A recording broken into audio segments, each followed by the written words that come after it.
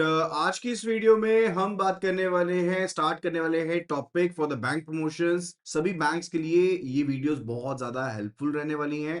सो अगर आप bank promotion की तैयारी कर रहे हैं, make sure to go for these particular videos. These are going to help you a lot, right. जल्दी से जल्दी ऑडियो वीडियो क्वालिटी को कंफर्म कर दीजिए। एंड अगर आपने अभी तक चैनल को सब्सक्राइब नहीं किया है तो चैनल को सब्सक्राइब कर लीजिए एंड बेल नोटिफिकेशन आइकन को प्रेस करना बिल्कुल भी ना भूलना, ताकि जब भी मैं कोई नई वीडियो अपलोड करूं आपको उसका एक्सेस जरूर मिल पाए, उसका नोटिफिकेशन जरूर मिल पाए। गार्डियंस की बात करते हैं तो गार्डियन जो है तीन तरह के होते हैं। नेचुरल गार्डियन जैसे फादर मदर नेचुरल गार्डियन हो गए। टेस्टामेंट्री गार्डियन जिनको फादर की जो विल है या मदर की जो विल है वो अपॉइंट करती है, यानी कि टेस्टामेंट अपॉइंट करता है, that is said to be the testamentary guardian. And अगर कोर्ट की तरफ अपॉइंट किया जाता है गार्डियन को तो उसे क्या कहते हैं, we say to be the legal guardian. तो उसे लीगल गार्डियन कहा जाता है। तो गार्डियन तीन तरह के होते हैं, natural guardian, testamentary guardian and the legal guardian, right. अब देखो सिंपल सी बात समझो, माइनॉरिटी जो होती है ड्यूरिंग द माइनॉरिटी, अगर अकाउंट सेल्फ ऑपरेटेड अकाउंट नहीं है तो वो किसके द्वारा ऑपरेट किया जाएगा, गार्डियन के द्वारा ऑपरेट किया जाएगा। मेजोरिटी अटेन करने के बाद अकाउंट को बंद करने की कोई जरूरत नहीं है, आप सिंपली सिग्नेचर्स लेंगे माइनर के, उनके केवाईसी लेंगे and further self operated account हो जाएगा। एंड उसके बाद गार्डियन की कंसेंट की किसी भी तरह की रिक्वायरमेंट नहीं पड़ेगी, जरूरत नहीं पड़ेगी। इवन जब माइनर अकाउंट को कन्वर्ट करना है सेल्फ ऑपरेटेड अकाउंट में भी, तब भी आपको गार्डियन के कंसेंट की किसी भी तरह की जरूरत नहीं पड़ेगी। बट इन केस अगर माइनर की डेथ हो जाती है तो बैलेंस जो है अकाउंट का that will be paid to the legal heirs of the minor, ठीक है। एंड अगर ज्वाइंट अकाउंट है, लेट्स से इन केस अगर गार्डियन के साथ अकाउंट और माइनर की डेथ हो जाती है तो फिर गार्डियन को पे ऑफ कर दिया जाएगा अमाउंट। बट इन केस अगर ज्वाइंट अकाउंट नहीं है, यानी कि माइनर का सेल्फ ऑपरेटेड अकाउंट है और माइनर की डेथ हो जाती है, तो फिर लीगल हेयर्स को पे किया जाएगा अमाउंट, क्योंकि माइनर के केस में अगर सेल्फ ऑपरेटेड अकाउंट हो तो नॉमिनेशन फैसिलिटी अवेलेबल नहीं रहती है। माइनर को किसी भी तरह का लोन ओवरड्राफ्ट फैसिलिटी नहीं दे सकते हो, इवन सिक्योरिटी बेस्ड लोन भी नहीं दे सकते। लेकिन देखो अगर गार्डियन ऑपरेटेड अकाउंट है और गार्डियन ऑपरेटेड फिक्स डिपॉजिट है तो हाँ डेफिनेटली उस केस में आप जो लोन है, टर्म लोन है, डिमांड लोन है, वो ग्रांट कर सकते हो, right. In that particular case it can be given, right. Clear है पॉइंट यहां तक की? फर्दर इट्स रिलेटेड टू, मैंने जैसे आपको बताया था कि सेक्शन 26 जो है नेगोशिएबल इंस्ट्रूमेंट एक्ट का, वो कहता है कि माइनर जो है वो इंस्ट्रूमेंट को ड्रॉ कर सकता है, एंडोर्स कर सकता है, बट वो लायबल नहीं बनाया जा सकता। ऐसे इंस्ट्रूमेंट के लिए ड्रॉ कर सकता है लेकिन उसे लायबल नहीं मान सकते, क्योंकि वो सभी को बाइंड कर लेगा, खुद को बाइंड नहीं कर सकता, राइट। एंड माइनर जो है उसे पार्टनरशिप फर्म में बेनिफिट्स के लिए एडमिसिबल माना जा सकता है with the consent of the other partners. Let's take the case कि एक पार्टनरशिप फर्म है A B C, right. A B C partnership firm है। अब इसमें उन्होंने पर्सन डी जो कि एक माइनर है उसको बेनिफिट्स के लिए एडमिसिबल कर लिया कि हाँ भाई इसको बेनिफिट हमने देने हैं। तो माइनर की लायबिलिटी सिर्फ और सिर्फ जो इसका प्रॉफिट आ रहा है इसको इस पार्टनरशिप फर्म में से, सिर्फ उतनी लायबिलिटी है इसकी, उससे ज्यादा इसकी कोई लायबिलिटी नहीं है, यानी कि इसकी पर्सनल कोई लायबिलिटी नहीं है। अदरवाइज जो पार्टनर्स होते हैं इनकी पर्सनल लायबिलिटी भी होती है ना, लेकिन माइनर की कोई लायबिलिटी नहीं रहेगी इस केस में। Minor will be having no liabilities. Clear है ये चीज? सो माइनर की कोई लायबिलिटी नहीं है। इसमें एक और चीज है कि माइनर चाहे तो अगर वो प्रॉफिट्स के लिए उस पार्टनरशिप फर्म में है तो उस सिनेरियो में वो बैंक जाके अकाउंट स्टेटमेंट भी ले सकता है, राइट। एंड जब वो मेजोरिटी अटेन कर लेगा, मेजोरिटी अटेन करने के 6 महीने तक, या फिर जब उसकी नॉलेज में आएगा कि वो मेजर हो गया, उसके बाद उसकी नॉलेज में आया कि भाई हाँ वो तो पार्टनरशिप फर्म में एज अ पार्टनर एडमिसिबल था, तो माइनर को एक पब्लिक नोटिस देना पड़ेगा। Minor is to given a public notice, ठीक है। क्या पब्लिक नोटिस देना पड़ेगा? Whether he wants to continue be as a partner और नॉट। तो अगर तो वो कहता है कि वो पार्टनर बना रहना चाहता है तो उसकी लाइबिलिटी जब से वो एज अ माइनर एडमिसिबल हुआ था पार्टनरशिप फर्म में तब से उसकी लाइबिलिटी तय हो जाएगी, यानी कि उसके शेयर के ऊपर और उसकी पर्सनल लाइबिलिटी तय हो जाएगी उसके एक्ट के लिए, और पार्टनर्स के एक्ट जो किए गए थे सभी के लिए उसकी लाइबिलिटी बन जाएगी। लेकिन इनकेस अगर वो कहता है कि वो पार्टनर नहीं बना रहना चाहता, उस सिनेरियो में जिस डेट से उसने पब्लिक नोटिस दिया उस डेट से पहले तक की उसकी लायबिलिटी तो है उसके शेयर के ऊपर, अदरवाइज उसके बाद के एक्ट के लिए पार्टनरशिप फर्म के उसकी कोई लायबिलिटी नहीं रहेगी, राइट। एंड इन केस अगर वो साइलेंट रहता है इस पीरियड के दौरान, तो ये माना जाएगा कि उसने कंसेंट दे दिया कि that he wants to be a partner in the partnership firm. Clear है चीज। एंड माइनर जो है, जैसे मैंने आपको बताया, वो बैंक स्टेटमेंट के लिए तो पूछ सकता है, एंड बैंक वाले जो हैं वो क्या करेंगे, सिंपली वो बेसिकली आइडेंटिटी देखेंगे, कि आइडेंटिटी प्रूफ देखेंगे माइनर का कि ये वही माइनर है जिसको एडमिसिबल किया गया है। आइडेंटिटी प्रूफ चेक करने के बाद वो बैंक स्टेटमेंट प्रोवाइड कर सकते हैं। लेकिन अगर लेट से कोई चेक इशू किया गया, किसी पार्टनर ने चेक इशू करा, राइट, तो वो चेक की स्टॉप पेमेंट नहीं करवा सकता माइनर। माइनर जो है डे टू डे जो ऑपरेशन है उनमें इंटरफेयर नहीं कर सकता। माइनर जो है वो चेक की स्टॉप पेमेंट नहीं करवा सकता, लेकिन उसको एज बेनिफिट्स के लिए एडमिसिबल करा जा सकता है।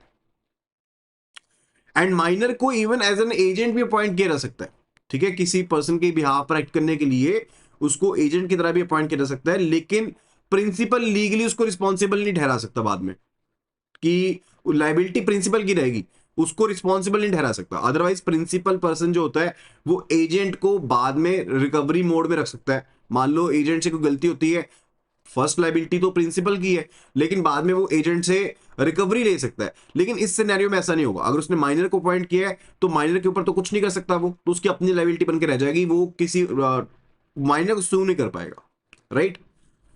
Is that clear. And let's the case कि ए का अंडर गार्डियन अकाउंट था उसके फादर के साथ। अब फादर की हो जाती डेथ, तो उसके बाद नेक्स्ट जो गार्डियन है वो अकाउंट को ऑपरेट कर सकते हैं। एंड गार्डियन जो है वो अपने बिहाफ पर नॉमिनेशन भी क्रिएट कर सकते हैं, right. Now let's have a look at the natural guardian of a minor. अगर हिंदू सन या अनमैरिड डॉटर है उसके केस में father, and after the death of the father mother जो है वो रहते हैं natural guardian, that will be the natural guardian, right. अगर मैरिड हिंदू गर्ल है तो अगर उस केस में हस्बैंड मेजर हैं तो वो रहेंगे। अगर हस्बैंड भी माइनर है या एक्सपायर्ड है तो उनके फादर इन लॉ, एंड उसकी डेथ के बाद मदर इन लॉ जो है that will be the guardian. ये पॉइंट इंपॉर्टेंट है, काइंडली मेक श्योर कि ये आपको ध्यान में रहे। मैं हाईलाइट कर दे रहा हूं, मेक श्योर कि इस पॉइंट को ध्यान में रखें। तो मैरिड हिंदू गर्ल है उस केस में उसके हस्बैंड अगर मेजर है, अगर हस्बैंड की डेथ हो चुकी है या हस्बैंड माइनर है उस केस में फादर इन लॉ, अगर फादर इन लॉ नहीं है तो फिर मदर इन लॉ। अगर वीडो हिंदू गर्ल है तो गार्डियन ऑफ द हस्बैंड, यानी कि फादर इन लॉ या मदर इन लॉ जो रहेंगे वो रहेंगे अगर वीडो हिंदू गर्ल है। अगर माइनर विद स्टेप फादर है तो उसके केस में पहले मदर एंड आफ्टर दैट जो स्टेप फादर है वो। अगर माइनर विद स्टेप मदर है तो पहले फादर उसके बाद जो स्टेप मदर है वो। मुस्लिम के केस में अगर देखें तो फादर एंड फादर के बाद executor of the father's will, जो एग्जीक्यूटर होंगे फादर के विल के वो गार्डियन रहेंगे, और मदर नहीं रहती है उसमें, मदर उसमें नहीं रहती है। एंड फर्दर अगर एग्जीक्यूटर की भी डेथ होगी उसके बाद फादर के फादर यानी कि ग्रैंड फादर, राइट। अगर कोई विल नहीं है तो उसके केस में क्या रहेगा, जो पैटर्नल ग्रैंड फादर रहेंगे वो रहेंगे, एंड उनकी डेथ के बाद क्या रहेगा, जो ग्रैंड फादर अगर एक्सपायर हो चुके तो लीगल ग्रैंडफादर जो लीगल गार्डियन रहेगा जो अपॉइंट किया जाएगा कानून की तरह वो रहेंगे। क्लियर है पॉइंट। ये छोटे छोटे पॉइंट्स हैं बट इनके बेस पर बहुत क्वेश्चंस बन जाते हैं, एंड प्रमोशंस के एग्जाम्स में डेफिनेटली इस तरह के क्वेश्चंस पूछे जाते हैं बार बार, राइट। क्लियर हो पॉइंट ये वाला। चलो आगे चलते हैं ट्रस्ट अकाउंट की तरफ। देखो ट्रस्ट अकाउंट क्या होता है, किसी के ट्रस्ट के ऊपर चीजें चलाना, that is actually the trust account, उसी को कहते हैं ना trust account. So trust account is different concept different capacity में। अब ट्रस्ट अकाउंट में सबसे बड़ा जो डॉक्यूमेंट होता है that is a trust deed, कि ट्रस्ट में कौन कौन से मेंबर हैं, ठीक है, क्या क्या इस ट्रस्ट का मोटिव है, कहाँ कहाँ पैसे लगाए जा सकते हैं, इस ट्रस्ट अकाउंट का ट्रस्टी कौन रहेगा, अकाउंट ऑपरेशंस किस तरह से किए जाएंगे, राइट। ये सब चीजें किस में डील की जाती हैं, ये ट्रस्ट डीड में बताई जाती है सब चीजें। सो ट्रस्ट डीड को एग्जामिन किया जाना चाहिए, पावर्स को एग्जामिन करने के लिए कि ट्रस्टीज की क्या पावर्स हैं, बाकी क्या कंडीशंस हैं उनको देखने के लिए, राइट। एंड ट्रस्ट अकाउंट जो होता है ये एक फिड्यूशरी अकाउंट होता है, this is a fiduciary account, यानी कि आप किसी मोटिव के लिए इस अकाउंट को चला रहे हो। एंड फर्दर ऑपरेट कौन करेगा? ट्रस्टीज को ऑपरेट करेगा, फंड्स को मैनेज करेगा on behalf of a beneficiary. यानी कि बेनिफिशियरी लेट से गरीब लोगों के लिए, हेल्थ केयर के लिए खोला गया, तो बेनिफिशियरीज कौन है?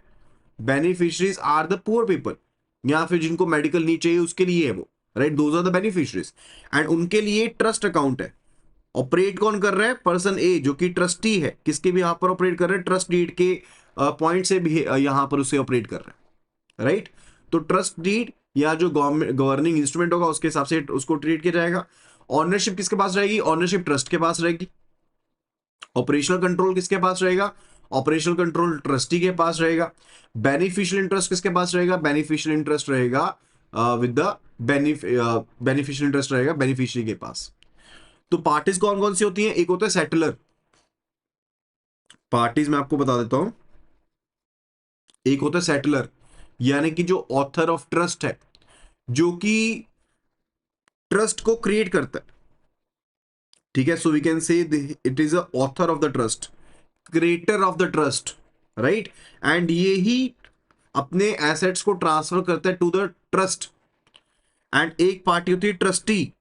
एक तो हो गया सेटलर जो बनाता है ट्रस्ट को, दूसरा होता है ट्रस्टी जो होल्ड करता है एसेट्स को, जो मैनेज करता है एसेट्स को फिड्यूशियरी कैपेसिटी में। यानी कि ट्रस्टी को अथॉरिटी दी गई है, किसके द्वारा? सेटलर के द्वारा अथॉरिटी दी गई है, राइट? एंड बेनिफिशियरी जो होता है दैट इज अ पर्सन जिसको बेनिफिट मिलेगा इस ट्रस्ट से, दैट इज अ पर्सन जिसको बेनिफिट मिलना है, राइट? देखो, अगर तो प्राइवेट ट्रस्ट की बात करें तो वहां पर रजिस्ट्रेशन जो होती है दैट इज ऑप्शनल, लेकिन पब्लिक ट्रस्ट के लिए जो रजिस्ट्रेशन है दैट इज कंपल्सरी। ध्यान रखिएगा, for the public trust the registration is mandatory, but for the private trust it is not mandatory. वहां पर मैंडेटरी नहीं है, ठीक है? अलग अलग तरह के ट्रस्ट होते हैं, प्राइवेट ट्रस्ट होता है, पब्लिक या चैरिटेबल ट्रस्ट होता है, क्लाइंट ट्रस्ट होता है, माइनस ट्रस्ट अकाउंट होता है, डिस्क्रिशनरी ट्रस्ट अकाउंट होता है, different type of trust are there, ठीक है? अगर मान लो किसी भी ट्रस्टी की डेथ हो जाती है तो ट्रस्ट डीड के जो प्रोविजंस हैं वो प्रिवेल करेंगे, उसके हिसाब से अकाउंट को ऑपरेट किया जाएगा। एंड मान लो एक ही ट्रस्टी था, उसकी डेथ हो जाती है तो फर्दर अकाउंट के जो ऑपरेशंस हैं उनको बंद कर दिया जाएगा, नए ट्रस्टी को अपॉइंट किया जाएगा। लेकिन अगर पहले कोई इंस्ट्रूमेंट इशू किया गया था ट्रस्टी के द्वारा तो उसे पे ऑफ किया जाएगा। What does it mean? It means कि लेट्स से 15 जनवरी को एक इंस्ट्रूमेंट ड्रॉ किया गया था ट्रस्टी के द्वारा, ट्रस्टी ने एक इंस्ट्रूमेंट ड्रॉ किया 15 जनवरी को, और 17 जनवरी को उस ट्रस्टी की डेथ हो जाती है एंड 19 जनवरी को उस चेक को प्रेजेंट किया जाता है, तो वो चेक को पे ऑफ किया जाएगा बिकॉज वो पहले साइन कर दिया गया था। आपको जान के ये चीज जानना जरूरी है कि अगर ये इंडिविजुअल अकाउंट होता तो उस चेक को पास ना किया जाता, because banker customer relationship already खत्म हो चुका है। ध्यान रखिएगा, अगर इंडिविजुअल अकाउंट होता तो यहां पर चेक को वापस कर दिया जाता, उसको ऑनर ना किया जाता अगर बैंक की नॉलेज में होता कि उस पर्सन की डेथ हो चुकी है। लेकिन क्योंकि ये एक ट्रस्ट अकाउंट है और यहां पर ट्रस्टी की जो कैपेसिटी है that is a fiduciary capacity, right? तो उसके केस में यहां पर जो इंस्ट्रूमेंट है उसको पास किया जाएगा, क्योंकि ट्रस्ट का ऑपरेशन डिफरेंट है from the individuals operation, right? Further trustee जो है वो अपनी पावर्स को डेलीगेट नहीं कर सकता अनटिल और अनलेस जो ट्रस्ट डीड है उसे अलाउ करती हो कि वो अपनी पावर्स को डेलीगेट कर सकता है। ट्रस्टीज बोरो नहीं कर सकते पैसा को अनटिल और अनलेस स्पेसिफिकली इस चीज के बारे में बताया जाए under the trust deed. And further bank जो है वो ट्रस्टी को अलाउ नहीं करेगा कि वो फंड्स को ट्रांसफर कर पाए from the trust account to his own account without making any proper inquiry. ऐसा नहीं है कि वो ट्रांसफर कर देंगे बैलेंसेस को। क्लियर है चीज? यहां तक का पॉइंट क्लियर हो गया? Related to the trust accounts we read about, related to the HUF we read about, minor accounts के बारे में हमने बात करी है। And further it's related to the liquidator, executor, administrator and assignee. देखो एग्जीक्यूटर क्या होता है? What do you mean by executor?